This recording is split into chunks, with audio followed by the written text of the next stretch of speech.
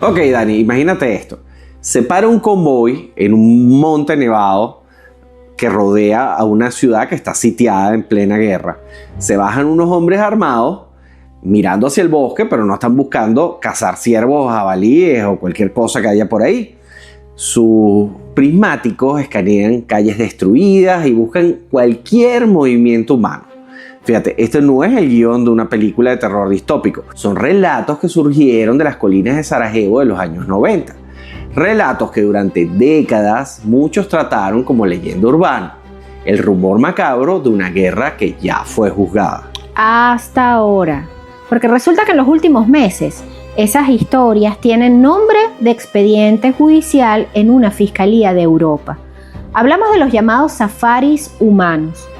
Y hoy, en este episodio 165 de Cosas Muy Importantes, vamos a conectar los puntos entre el horror histórico, la justicia internacional y una investigación que podría reescribir una de las páginas más tenebrosas de la guerra de Bosnia. El grupo Muy Importante presenta Cosas Muy Importantes con Daniela y Federico, volviendo después de atravesar una serie de aventuras que no le deseamos ni a los políticos. Bienvenidos a Cosas Muy Importantes. Muy importantes. Hoy les traemos parte de una historia que duele, y que requiere de nuestra atención. Gracias a todos los que nos apoyan desde Patreon, que son más fieles que novia fea, como me dijeron una vez. ¡Qué flipper! No, pero el que más fiel que novia fea me pareció una cosa tan cruel como necesaria de decir alguna vez. Hoy vamos a tocar un tema bastante retorcido y oscuro. Esta es una guerra que nos tocó a nosotros vivirla como adolescentes. Sí. O sea, de lejos, obviamente, pero sí, las claro. noticias estaban ahí.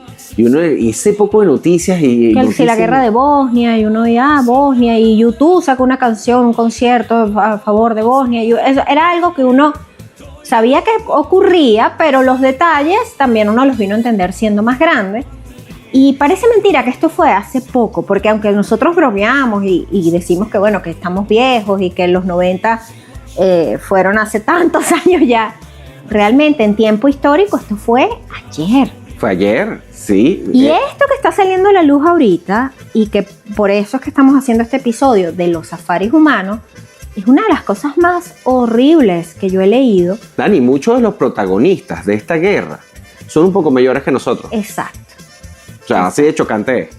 Pero bueno, para poder hablar de esto, yo creo que es importante hacer como un recorrido a través de los antecedentes, ¿no? ¿Qué ocurría? ¿Por qué surge todo esto? Sí, porque tú dices, algo tiene que estar muy mal en una sociedad como para que se permita algo como un safari humano, ¿no? Exacto. O sea, tiene que estar roto. Hay que empezar porque la Yugoslavia de Tito, mi abuelo, que era el rey de la derecha. Ay, sí. Qué terrible, pero ajá. Bueno, pero, o sea, lo he dicho millones de veces en este podcast, no lo puedes culpar porque los comunistas trataron de matar a su familia. Claro, sí. Tuvo que huir de España, pero bueno. Él hablaba con mucho cariño de Tito. ¿En serio? Sí, señor. Lo consideraba el líder de izquierda más decente que había. Oye, vale. Y más capaz y maravilloso. Adoraba a Tito. Curiosa esa opinión viniendo de una persona de derecha tan acérrimo como tu abuelo, ¿no? Sí, bueno, fíjate que, por ejemplo, él también le parecía genial Castro.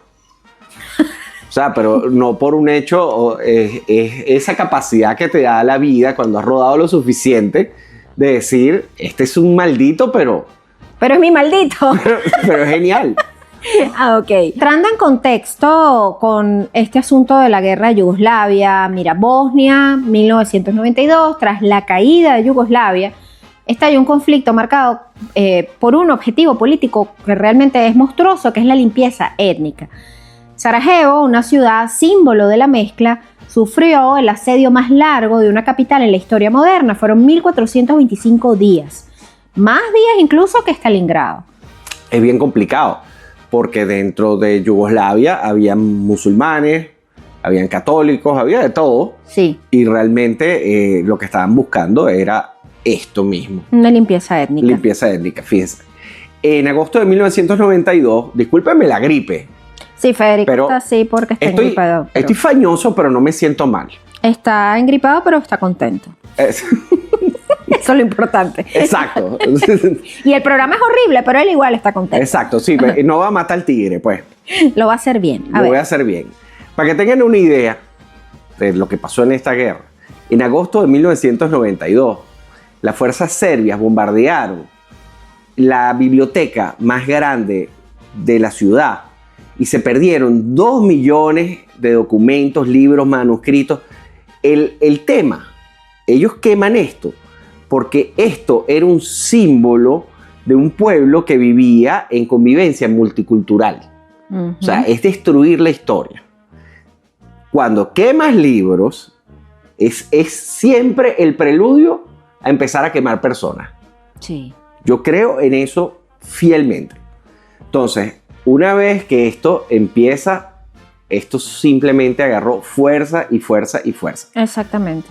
Ahora bien, en Sarajevo la geografía era parte del peligro. Los barrios, los vecindarios estaban dominados por francotiradores en las colinas.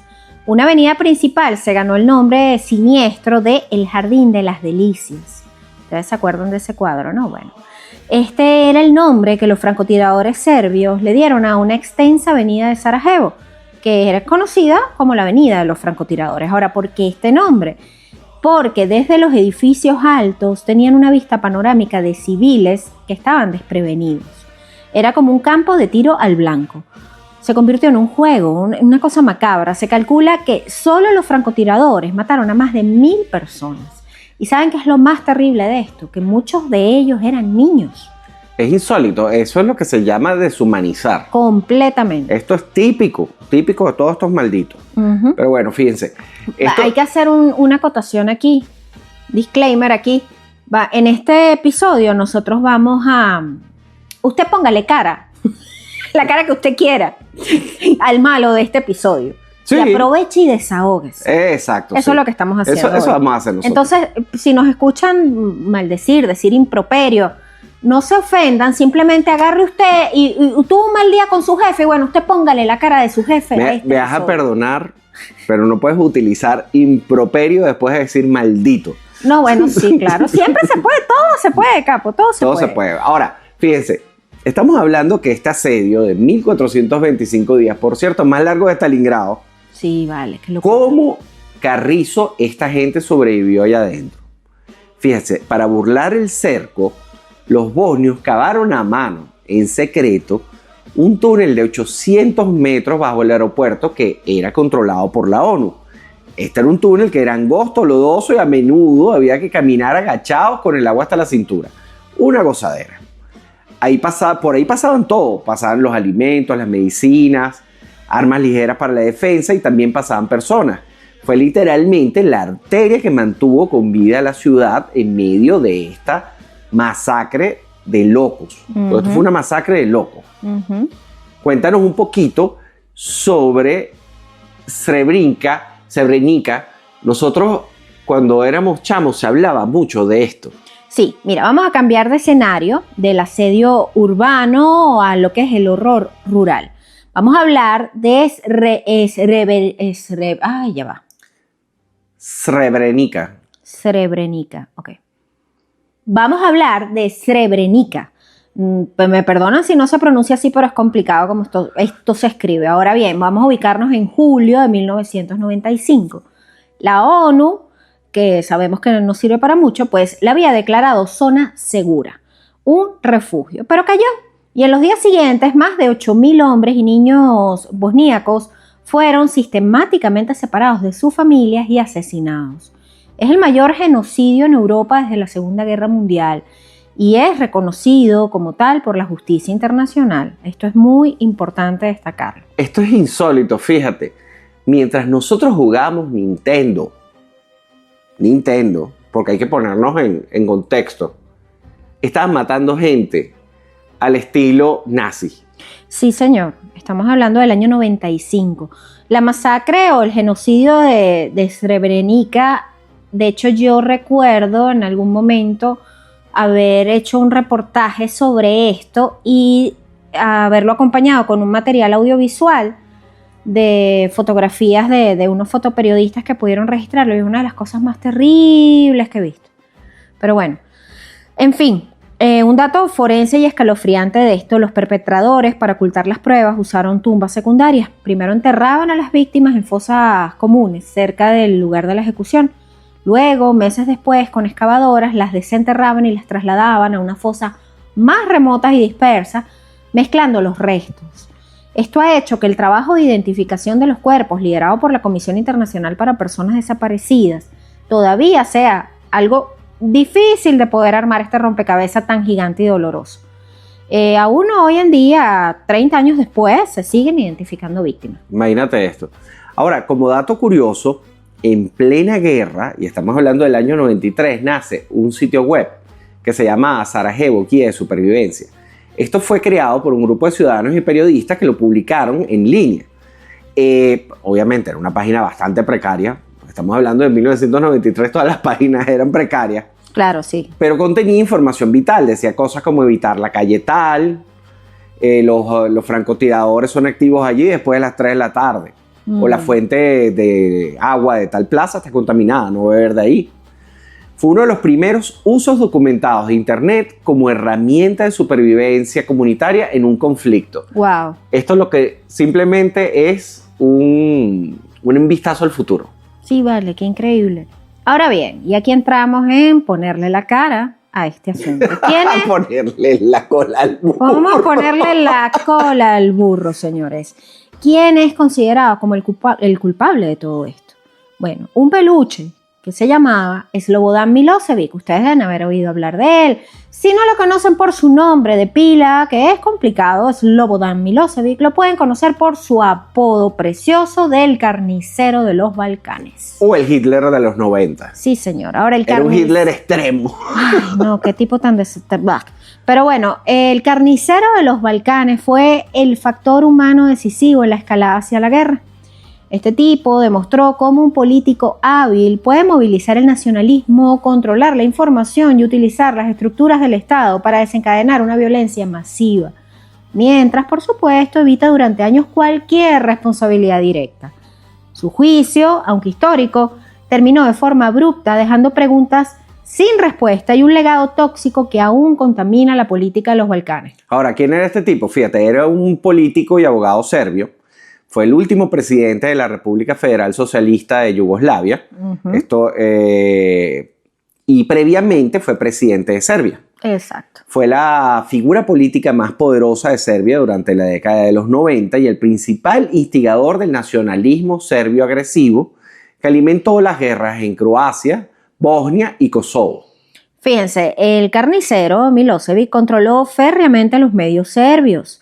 Oye, me suena, especialmente la TV, creando una realidad alternativa donde Serbia era la víctima de una conspiración internacional y fascista.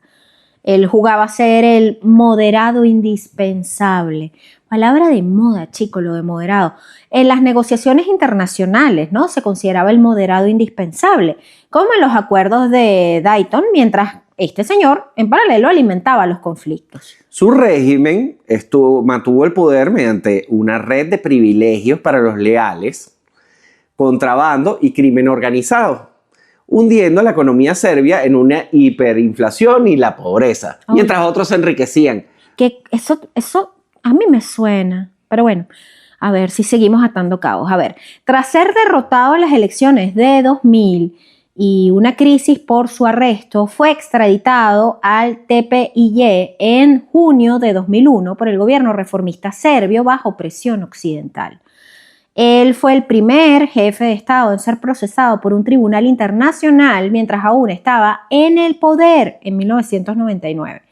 A Milosevic se le imputaron 66 cargos por crímenes de guerra, crímenes contra la humanidad y genocidio en Bosnia. Obviamente se declaró inocente y representó su propia defensa. Ah, él no contrató un abogado costosísimo. No, parece bueno, que él no. era abogado, claro, él era abogado. Transformó el juicio en una plataforma política, obviamente, acusando a la OTAN de crímenes y argumentando que solo había defendido los intereses serbios. Este señor tuvo suerte y murió de un infarto agudo de miocardio en su celda en el centro de detención de la ONU en La Haya el 11 de marzo del 2006, justo antes de que se emitiera el veredicto. Oye, vale, Qué pero oportuno, chico. su muerte obviamente generó cientos de teorías de conspiración y dejó un amargo sentimiento de justicia incompleta entre Bueno, las pero por lo víctimas. menos murió en la cárcel. Oh, es muy, muy, muy, muy importante decir que este simplemente era la cabeza. Pero a mí siempre me ha parecido súper justo que la cabeza pague. Por supuesto, pero espérate un momento. Yo siento que cuando hay situaciones de violación de derechos humanos y de injusticia y de corrupción y de todo lo malo, además sostenida por tantos años, escudada en banderas de nacionalismo, que me parece lo más bajo que hay, y paga la cabeza, sí, muy bien, hay una cuota de satisfacción, pero eso no está completo. Pero yo considero que es más justo cuando paga la cabeza Que cuando la cabeza se salva, por que ejemplo. cuando la cabeza se salva. Como pasó con Idi Amin o como pasó con, Sí, señor. con Leopoldo de Bélgica. Sí, señor, es mucho más Claro. injusto. Bueno, pero uno los quiere ver caer a todos, pues. Bueno, pero siempre es más justo que caiga la cabeza. Que caiga alguien, por lo menos. Que no sea yo. Exacto, que no sea uno. Ahora bien, lo que ocurrió, campos, patrones de violencia y la idea de estas fiestas de cacería, estos safaris humanos, estas hunting parties. Eso suena a algo tan Instagram. Sí, las hunting parties. Vamos a hacer una hunting party. TikTok, total. Es más, suena a estos niños ricos, nuevos ricos de acá, como que esta boliburguesía reciente de acá, y sus fiestas deben ser unas hunting parties. Hunting parties. Ahí en el Roraima. O en Los Roques. Ahora bien, este era el escenario de una ciudad ahogada donde la muerte llegaba desde lejos de forma anónima y arbitraria. Pero, según nuevas acusaciones, para algunos la muerte no era anónima, era un producto de lujo. Entre los relatos que circularon desde hace años, hay uno especialmente perturbador, el de patrullas o grupos que salían fuera de las líneas de combate para buscar civiles y matarlos. Estamos hablando de testimonios que la prensa resumió con expresiones como hunting parties o safaris humanos. Periodismo y testimonio usan esa imagen para transmitir la brutalidad, pero en los tribunales lo importante son hechos concretos, detenciones, órdenes, pruebas forenses que indiquen ejecuciones extrajudiciales y la relación de estos hechos con las cadenas de mando. Los periodistas que han investigado cruzan entrevistas con supervivientes, fotografías, documentos militares y resultados forenses de exhumaciones. Cuando distintos tipos de evidencia coinciden, se puede construir un caso. Pero esa verificación requiere tiempo y acceso a archivos que no siempre están disponibles o completos. Documentación, juicios y estándares probatorios. Fíjense, el escándalo de los safaris humanos en Sarajevo ha cobrado una relevancia sin precedentes desde finales del 2025. Pasando de ser leyenda urbana o rumor de guerra a convertirse en el centro de investigaciones judiciales formales en Europa. Es decir, esto es muy serio, la gente se lo empezó a tomar en serio, porque era como un chistecito. Vamos a presentarles un breve resumen sobre la actualización más reciente que tenemos sobre esto. Fíjense, todo esto empieza porque uno dice, bueno, pero si esto pasó hace tanto tiempo, ¿por qué ahorita se está hablando de esto? Fíjense. Se abre una investigación judicial en Milán en noviembre del año pasado, 2025. La noticia más importante es que la Fiscalía de Milán, liderada por el fiscal Alessandro Gobi, abrió una investigación oficial para identificar a ciudadanos italianos que habían participado en estas cacerías. Se le imputaban cargos de delitos de asesinato voluntario agravado por crueldad y motivos abyectos. Ahora, la prueba clave que manejaba la Fiscalía para esto, ¿no? para abrir este caso, eran documentos desclasificados del antiguo Servicio de Inteligencia Militar italiano. Eso debe ser súper desordenado. Sí, exacto. Lo único que me imaginé fue una nube de humo de cigarrillo, muchas máquinas de escribir sonando y uno diciendo, pero estamos en el 2025, no importa.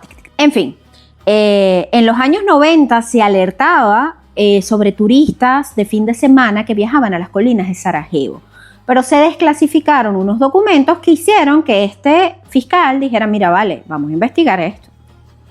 Fíjense, ¿cuáles eran los perfiles y cuáles eran las tarifas que se manejaba esta gente que supuestamente se iba a las hunting parties? Que, insisto, suena a algo completamente de aquí de Venezuela. De TikTok, sí. De TikTok. Fíjense, hay nuevos testimonios y el trabajo del escritor Ezio Gavazzeni, que fue el que impulsó precisamente esta denuncia, han revelado detalles escalofriantes sobre los participantes. ¿Quiénes eran? No eran mercenarios ni soldados, sino civiles de alto poder adquisitivo. Estamos hablando de empresarios, profesionales y, según informes recientes, incluso el dueño de una clínica estética en Milán. También se menciona la posible implicación de españoles socialmente relevantes. Tú sabes, por ahí hay un jefe de Estado que le encanta cazar. Ujú.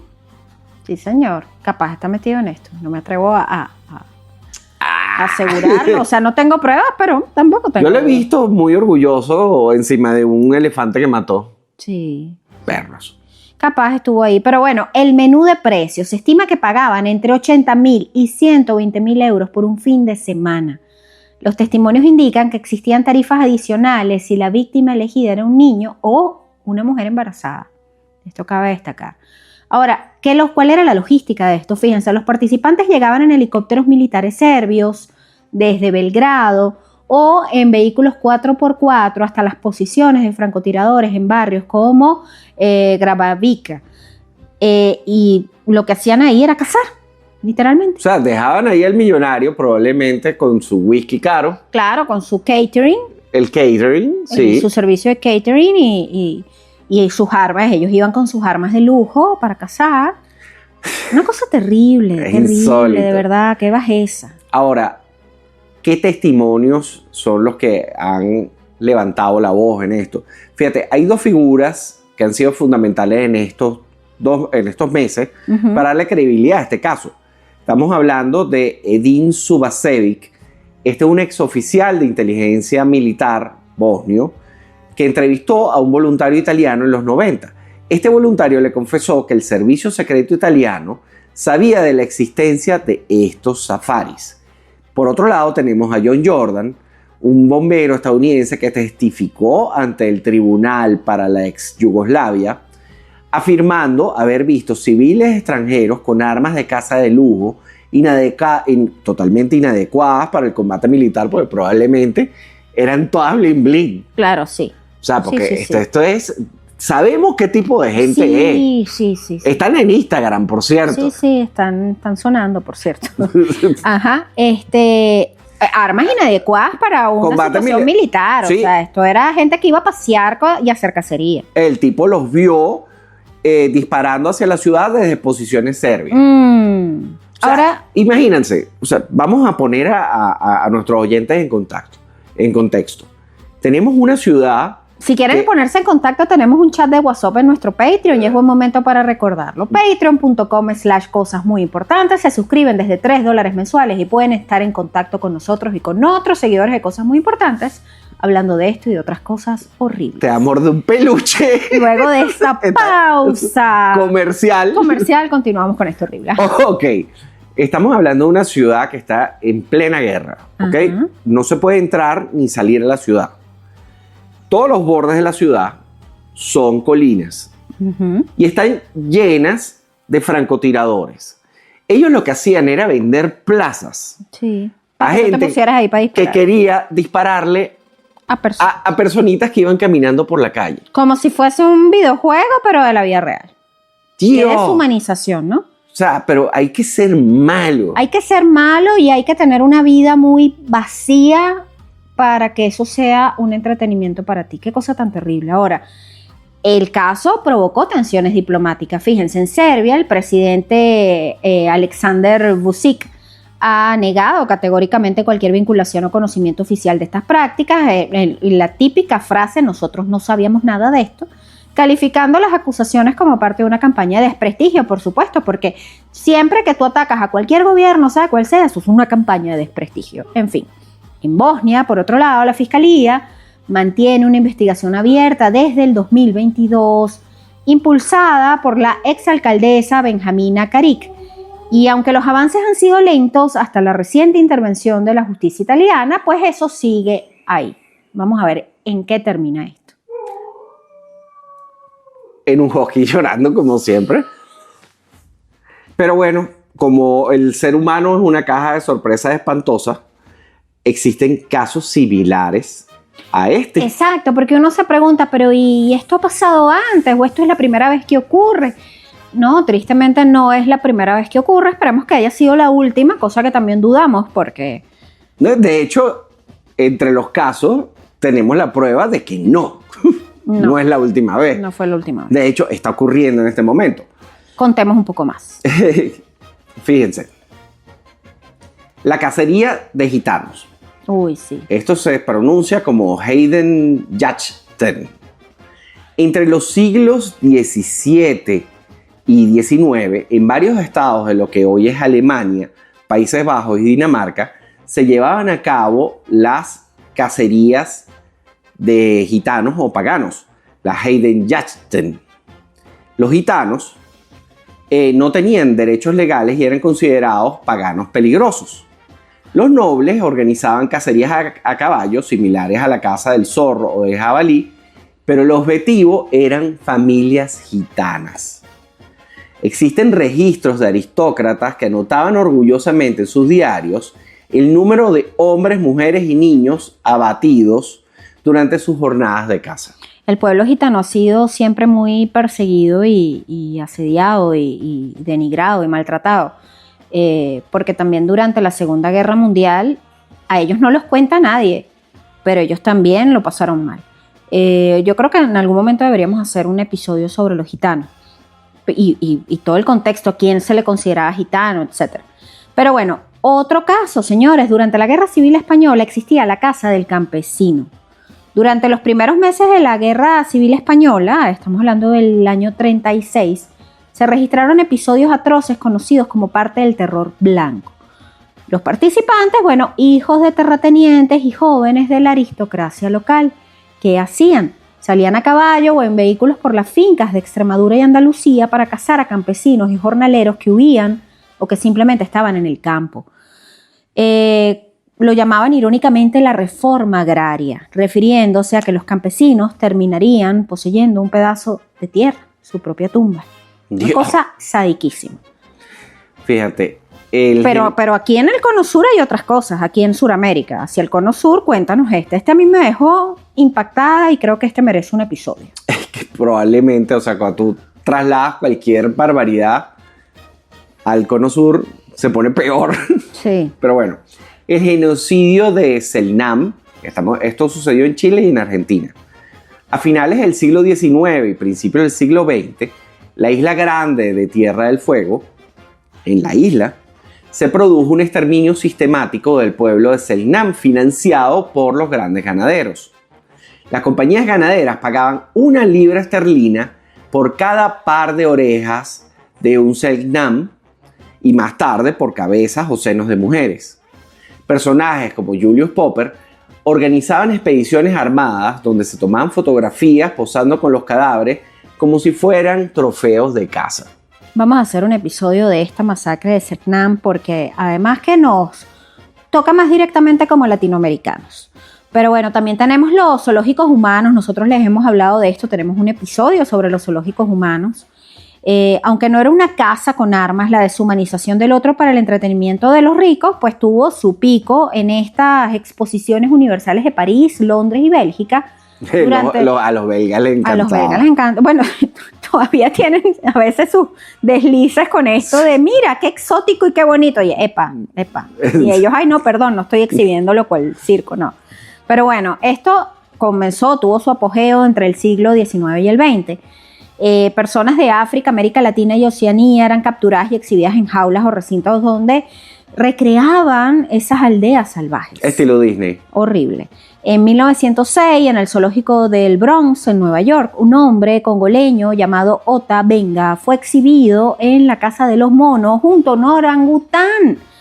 Nosotros hablamos de esto en un episodio de los zoológicos humanos. Si no lo han escuchado, bueno, los invitamos a que lo busquen y lo escuchen y nos comenten qué les parece. Una belleza. Fíjense, y por último tenemos el safari de Gerson. Esto ocurre en la actualidad en Ucrania. Sí, señor. Ahorita. Recientemente, organismos de derechos humanos y periodistas han denunciado un patrón en la ciudad de Gerson que recuerda directamente a Sarajevo. Se han reportado casos de operadores de dron rusos que persiguen civiles individuales. Estamos hablando de ciclistas, peatones, ancianos, con drones equipados con granadas por el puro placer de la persecución sin que representen un objetivo militar. Investigaciones de la ONU en el 2025, el año pasado, investigaciones de la ONU en el 2025 han calificado esto como terrorismo recreativo. Terrorismo recreativo, qué buen nombre. Ahora, la diferencia clave con Sarajevo, bueno, lo que hace el caso de Sarajevo único y especialmente aterrador para la justicia actual es ese carácter transnacional y comercial. La existencia de una agencia de viajes de lujo que conectaba ciudadanos de países democráticos, Italia, Francia, España, Estados Unidos, con zonas de guerra para asesinar por placer mediante el pago de unas tarifas específicas. ¿De qué estamos hablando? ¿Es bajo? O sea, ¿de qué estamos hablando? Y esto lo deben seguir haciendo en lugares de conflicto. Deben existir estos magnates excéntricos. Sí, señor. O sea, esto supera muchas cosas. Sí. Bueno, fíjense, tanto hablar del juego del calamar, por ejemplo, en su momento. Exacto. Es básicamente esto, pero peor. Pero peor. Es gente que estaba sobreviviendo a una cruenta guerra, además una guerra con un origen étnico, una cosa terrible, y encima del horror de tener que estar en ese contexto, sobrevivir al rico aburrido que llega a entretenerse tratando de matar. Exacto. O sea, ¿qué pena puede existir para esto? ¿Qué condena puede existir? No la hay. No me hagas hablar. Porque... No, pero bueno, hemos llegado al final de este ligero episodio. Este ligero episodio. Me volvió a dar gripe. Sí, del tiro Federico ya se sintió mal, el que había arrancado todo entusiasmado hoy. No, pero esto es terrible. Es terrible. Es terrible y bueno, señores. ¿Pero qué no es terrible? Nuestros mecenas. Nuestros mecenas de Patreon son lo máximo, al igual que el podcast de Pedro Julio, pónganse a leer, es lo máximo. Al igual que las cosas bonitas que estamos haciendo desde el grupo, muy importante, también son lo máximo. Es decir, hay cosas buenas por las cuales seguir, señores, luchando. Recuerden que estamos en la radio también, en Kiss FM 101.5, www.kissfm.com, todos los miércoles de 12 a 1 p.m. Y las cositas muy importantes a las 9 de la mañana y a las 4 de la tarde, de lunes a viernes. Exactamente. Y bueno, estamos por aquí por el podcast ya retomando rutina, agarrando el ritmo nuevamente. Desde Caracas, Venezuela, una ciudad donde pasa de todo y no pasa nada. Y bueno, seguimos bien, aquí vamos muchachos. Gracias a nuestra Camila Napoletano y Mateo Capocci por su apoyo en la asistencia de producción tanto del programa de la radio como de este espacio. Recuerden que nos pueden seguir también por Patreon, donde van a tener acceso anticipado a los episodios, sin pautas de publicidad que no son nuestra culpa, las pone Spotify y no nos da prácticamente nada por eso, pero en Patreon usted puede escuchar los episodios sin publicidad, solamente cancelando $3 mensuales y formando parte de nuestro selecto grupo de WhatsApp de amigos muy importantes a quienes les mandamos un fuerte abrazo y gracias siempre por su apoyo y compañía.